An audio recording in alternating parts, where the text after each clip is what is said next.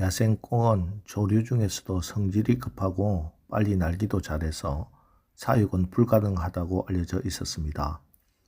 그런데 어떤 분이 야생꽁을 사육하는 데 성공했다는 소식을 듣고 그 꽁 농장을 방문합니다. 그런데 깜짝 놀랐습니다.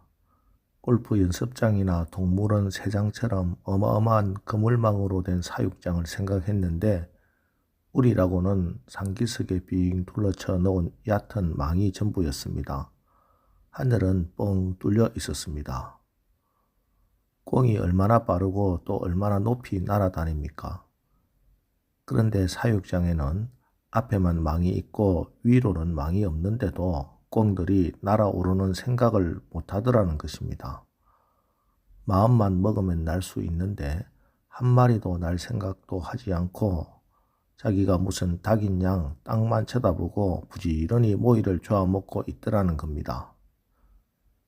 신기해서 주인에게 이게 어떻게 된 거냐고 물으니 꽁을 자세히 보라는 겁니다. 살펴보았으나 꽁 다리에 끈을 묶지도 않았고 특이한 점을 발견하지 못했습니다. 그런데 머리 부분을 보니 머리에 모자 같은 것을 쓰고 있는 겁니다. 머리 부분에 양쪽 눈이 위를 쳐다보지 못하게 가로막아 놓은 작은 갓이 꽁이 날지 못하게 하는 도구였습니다. 꽁은 원래 겁이 많은 새입니다. 그래서 자기가 보지 못하는 곳으로는 겁이 나서 날지를 못한답니다. 그런데 모자를 씌워 놓았으니 하늘을 볼 수 없기 때문에 날아오르지를 못하더라는 것입니다. 하늘은 뚫려 있고 땅을 박차고 일어날 다리에 힘도 있고 하늘을 날 수 있는 날개도 있는데 머리에 씌워놓은 모자로 하늘을 바라볼 수 없기 때문에 단지 보이지 않는다는 이유만으로 꼼짝없이 땅만 보고 살다가 꽁 샤브샤브가 되는 겁니다. 오늘 사도 바울은 골로새 교인들에게 또 우리들에게 무엇을 어디를 바라보아야 할 것인지 말씀합니다. 1절 그러므로 너희가 그리스도와 함께 다시 살리심을 받았으면 위의 것을 찾으라. 거기는 그리스도께서 하나님 우편에 앉아 계시느니라. 오늘 바울은 그들에게 위의 것을 찾으라고 말씀합니다. 여기 위의 거라고 번역한 헬라어 단어는 타이노라는 단어인데 공간적으로 하늘 위를 말하는 것이 아니라 고결한 것, 수준 높은 것, 더 가치 있는 것이라는 뜻입니다. 그럼 이 세상에서 가장 고결한 것, 수준 높은 것, 그리고 더 가치 있는 것이 무엇입니까? 1절을 다시 보면 거기는 그리스도께서 하나님 우편에 앉아 계시느니라. 가장 고결한 것, 수준 높은 것, 그리고 더 가치 있는 것은 바로 예수 그리스도이십니다. 여러분, 우리는 그리스도와 함께 다시 살리심을 받은 사람들입니다. 예수 생명으로 거듭난 사람입니다. 때문에 저와 여러분이 바라봐야 할 곳은 바로 하나님 보좌 우편에 앉아 계신 예수님을 바라봐야 합니다. 그렇습니다. 성도는 예수를 바라보는 존재입니다. 예수님을 바라보시기 바랍니다. 어디에 있든지 누구와 있든지 무엇을 하든지 어떤 상황에서도 예수를 바라보시기 바랍니다. 우리가 위의 것을 바라보지 못하면 어떻게 됩니까? 하늘 생각, 예수님 생각하지 않으면 우리가 무념, 무상, 아무것도 생각하지 않고 그대로 있는 게 아니라 땅의 것을 생각하게 됩니다. 땅을 바라보게 됩니다. 그래서 2절 보십시오. 위의 것을 생각하고 땅의 것을 생각하지 말라. 여기 땅의 것이 무엇인가? 우리가 예수님 생각하지만 어떤 생각을 하게 됩니까? 5절 그러므로 땅에 있는 지체를 죽이라. 곧 음란과 부정과 사욕과 악한 정욕과 탐심이니 탐심은 우상숭배니라. 또 8절 9절 이제는 너희가 이 모든 것을 벗어버리라. 곧 분함과 노여움과 악의와 비방과 너희 입에 부끄러운 말이라. 너희가 서로 거짓말을 하지 말라 하고 말씀합니다. 이게 다 땅의 생각, 마귀적 생각입니다. 마귀는 늘 우리를 속입니다. 우선 먹고 살 것부터 찾아야지 수단 방법 가리지 말고 먼저 내 배부터 채워. 돈이 있어야 사람 대접받는다고. 그래서 예배 기도 생활, 성경 읽기, 속회 모임 등 신앙생활은 우선순위에서 밀리고 또 밀리게 됩니다. 그러나 눈에 보이는 것 당장 내 배를 채우는 것 이거 잘못 먹으면 내 영혼이 죽는 수가 있습니다. 사람이 떡으로만 살 것이 아니요 하나님의 입으로부터 나오는 모든 말씀으로 살 것이라 하였느니라. 사람은 떡으로만 사는 게 아닙니다. 물론 기독교는 떡 문제, 경제 문제를 무시한 종교가 아닙니다. 세계 어디를 보아도 예수 잘 믿는 나라가 개인이 다 부자로 잘 삽니다. 성경 구석구석에도 우리에게 넉넉한 땅의 축복을 약속해 주셨습니다. 그러나 사단의 말은 떡이 최고라는 것입니다. 하나님 자리에 떡을 앉혀 놓으라고, 그래서 하나님이 아닌 떡을 물질을 섬기라고 그렇게 미혹합니다.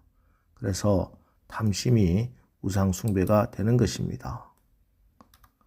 여러분, 우리가 사단의 시험을 이기려면 우선순위를 분명히 해야 합니다.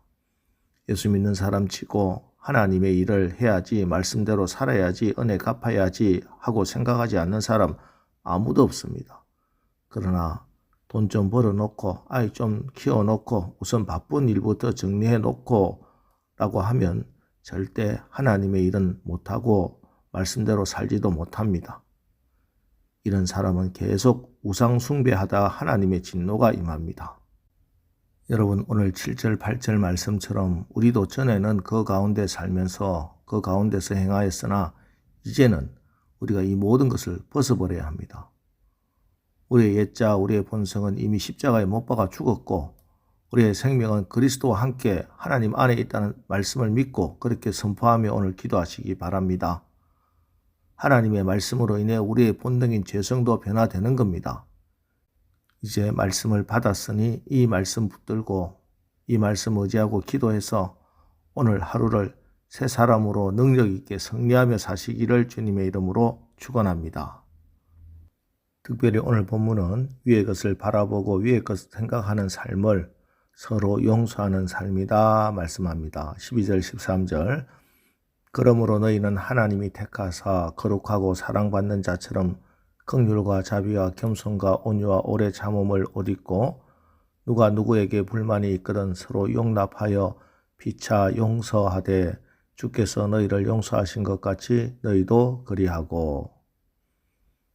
우리가 사랑해야 할 사람을 미워하고 용서하지 못하면서 살면 그게 사는 게 아닙니다.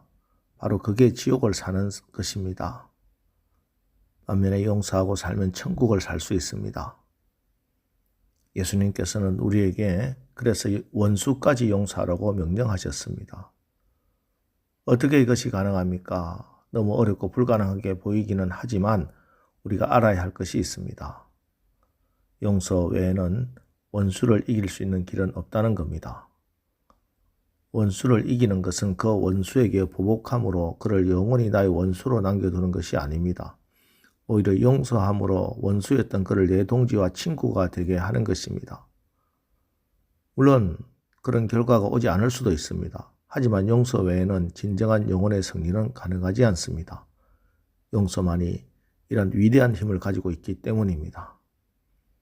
그래서 우리가 기도해야 합니다. 내 힘으로 용서가 안 되기 때문에, 알고 있어도 내 마음의 상처가 치유되지 못했기 때문에 성령을 의지하고 주님을 부르면서 간절히 간구하시기 바랍니다. 그래서 우리 주님의 십자가 피 묻은 손길이 여러분의 마음을 어루만지시고 치료해서 이제는 주님의 그 사랑으로 용서하고 원수를 이기는 오늘 하루 사시기를 주님의 이름으로 축원합니다. 기도하겠습니다. 하나님, 우리가 그리스도와 함께 다시 살리심을 받은 예수 생명으로 거듭난 자임이 분명하기에 위의 것을 생각하고 위의 것 바라보라 하십니다. 하나님, 오늘 하루 우리가 살아가면서 어디에 있든지 누구와 있든지 무엇을 하든지 어떤 상황에서도 예수님을 바라보고 예수님 생각하며 살게 하옵소서.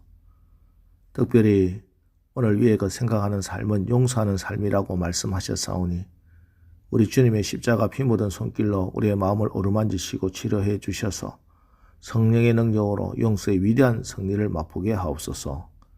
예수님의 이름으로 기도합니다. 아멘. 자, 이제 오늘 말씀 붙들고 주여 오늘 하루도 우리가 위에 계신 예수님 바라보고 예수님 생각함으로 용서의 위대한 삶을 살게 하옵소서. 우리 합심해서 기도하고 나가겠습니다. 우리 기도하겠습니다.